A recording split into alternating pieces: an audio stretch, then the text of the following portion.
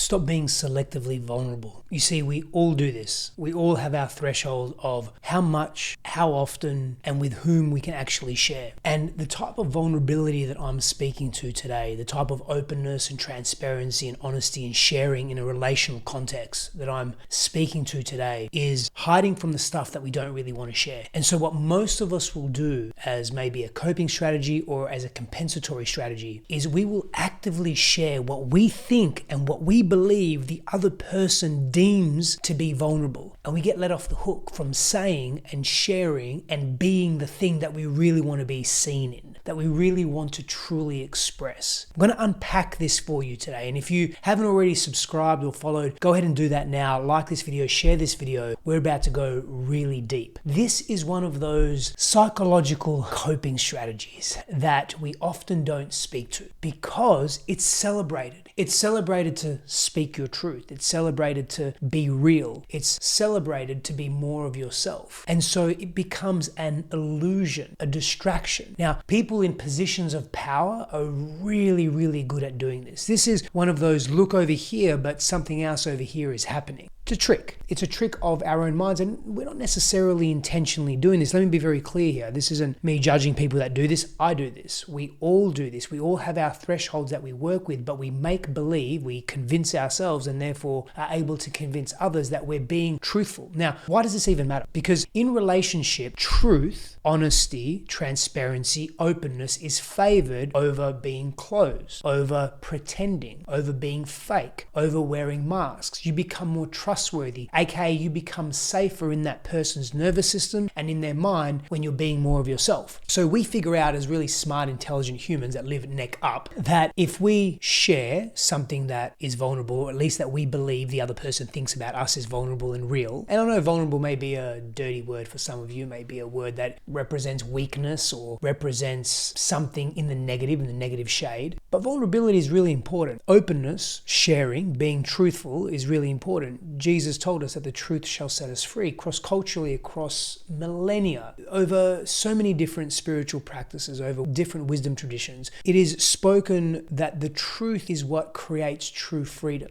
And so knowing that in some capacity in our own minds, we begin to speak and share our truth. But we're not really going to the places that are very sensitive and tender for us. Or I should say the places that are too sensitive and tender. And in some aspect, rightly so, because if you pull the chicken out of the oven before it's cooked, you can't really eat it. Similarly, if you are sharing truth that you're not ready to actually hold yourself, that lives in you, and I'll give you some examples in a minute, more than likely the person you're sharing it with, they're not going to be able to hold that either.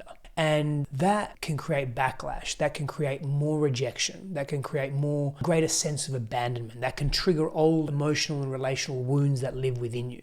And so if you carry body shame about the way you look and you're sharing something else that is vulnerable and intimate to you, and you're having a close moment with someone, but the real thing that you want to share but you don't feel ready to is that thing about your body, then you're selective in your vulnerability. Now again, this isn't a bad or a good thing. It's actually necessary. It's part of the process. It's part of the unraveling process. However, it's still not our truth. The thing that you may be sharing is truthful, it's meaningful, it matters, but it's not the thing that you really, really want to share. And so the question begs to be asked, well, how do we get to the place to share the thing that we really, really want to share? Well, exposure helps. Now, the downside with exposure and practice. Let me go into exposure and practice as two principles. The downside of exposure is that it can leave us with that vulnerability hangover. And so now we've shared something, it's really sensitive. We maybe were met in healthy ways, we were met really openly, but we have big feelings about it because it's very new and novel for us to share such a big thing. So now we contract in fear and we unconsciously make a promise to ourselves never to share that again because it doesn't feel good. We feel shame, we may feel some guilt, we may feel some embarrassment, some shock, some disbelief, we may feel some frustration, anger because we feel out of control. And in feeling out of control, and by the way, that's the center of this, is that we don't want to feel out of control. Hence, we control what we project and give to the world and share with the world and share with others. Because ultimately, we don't want to relinquish control and we want to have control and we don't trust others. Intimacy is often unsafe for most of us. But in doing so, that exposure gives us that vulnerability hangover. We move into contraction. But the benefit of exposure is that we become practice. It becomes a habit to share more openly. The downside of that becoming a habit it is that now we just share for the sake of sharing, and there's no real structure behind it. There's no intention behind it. And we're actually not allowing that share to integrate. We're not allowing the other person to really respond to us and to be there with us and to actually see us. So this is where I'm going to pause for a second and just let that land.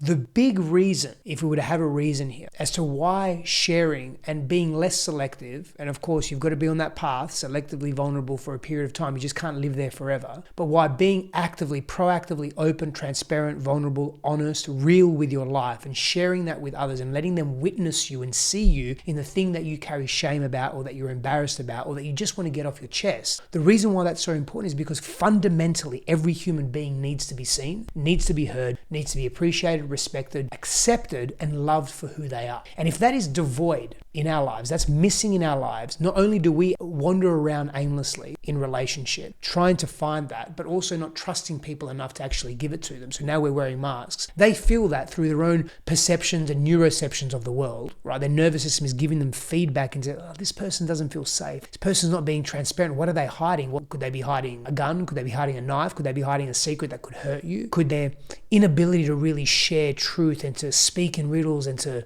use so many words or to not really say the thing that they actually mean and not be direct and clear? That reminds us of our father, and our father was a liar and a cheater and he was an abuser, and this person reminds me of that, and I don't want that in my life anymore, so now I'm going to shut down. And these are the patterns that play out, and these are the patterns that are reinforced over and over and over again. So we have to expose ourselves. You know, I said earlier the downside of exposure, it's more an effect that is a natural progression that is required. Like, you cannot move into doing difficult things without experiencing some challenge that comes with that. But it's imperative that you work through, move through, live through, breathe through, talk through the challenge. And perpetually being selectively vulnerable is only going to cause you trouble.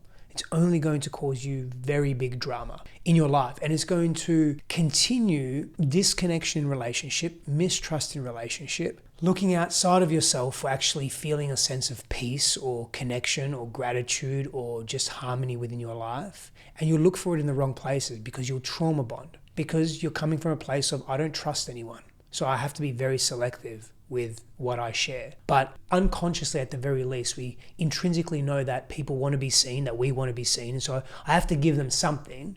So I'll selectively choose what I share with them. But that only goes so far because you're not really sharing the thing that you truly want to. You're not really practicing authentic, genuine openness, transparency, vulnerability, honesty, truth sharing.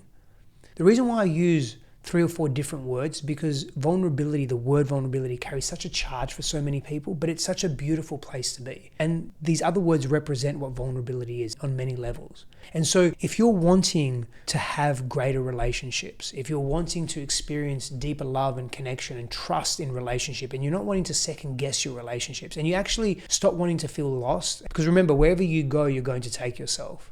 You want to stop looking for that person to fix you, or for that person to be okay so that you can be okay, or for that person to make you okay, and you're wanting to be more honest and real, you've got to get in deeper contact with yourself. And you've got to surround yourself with people that you trust, respect, and revere, that can meet you in non-judgment and with compassion and really receive the thing that you're sharing and go, oh, okay, that's cool. Not in an apathetic way or in a condescending or blasé way, but in a way that's like, I don't judge you for the thing that you're experiencing. Tell me more. And that's the practice. That's the exposure part. And then you can just naturally fall into a rhythm of being more of yourself. And if you're more of yourself, you'll attract from that place, not from your masks, not from your trauma bond, not from past pain that hasn't been resolved, that hasn't been attended to, that's stuck in your body physiologically, that's stuck in your mind, that has you not trusting other human beings. So if this is something that you want to move beyond and you want to be authentically real with yourself and with the world, then coachwithsteph.com. Click the link, check out the stuff below. You have an opportunity to do something deeper. I've been coaching people for 25 years, high performers, high achievers, people that have achieved and created so much wealth and abundance and success and performance in their lives. They've created so much value for the external world, yet there's an emptiness that lives inside. And there's a desire to be seen, but they hold back because they don't trust people. They've built success in silos, and you maybe have had this perception that you have to do this alone. Well, you don't. And if you need your car fixed, unless you're a mechanic, you'll take it to a mechanic. If you feel really unwell, you'll see a naturopath, a physician, a doctor, etc. You'll see a medical practitioner, someone in natural medicine to support you. Unless, of course, you're an expert in that yourself. But even if you are, I mean, I consider myself an expert in this field. I consider myself schooled and educated, and I have acumen in this field. I have coaches and teachers that I work with because I can't always see the forest through the trees, and the chances are neither can you. That's how we are as humans. We're relational beings. That's why we need other people to support each other and support us in our journeys. But we're scared to be ourselves because we're scared of the judgment and the rejection. Usually the stuff that we experienced growing up, and we're still holding on to that, and we now protect ourselves. If you want to stop protecting yourself in that way and you want to have really thriving, loving relationships, click the link. I'll see you on the other side.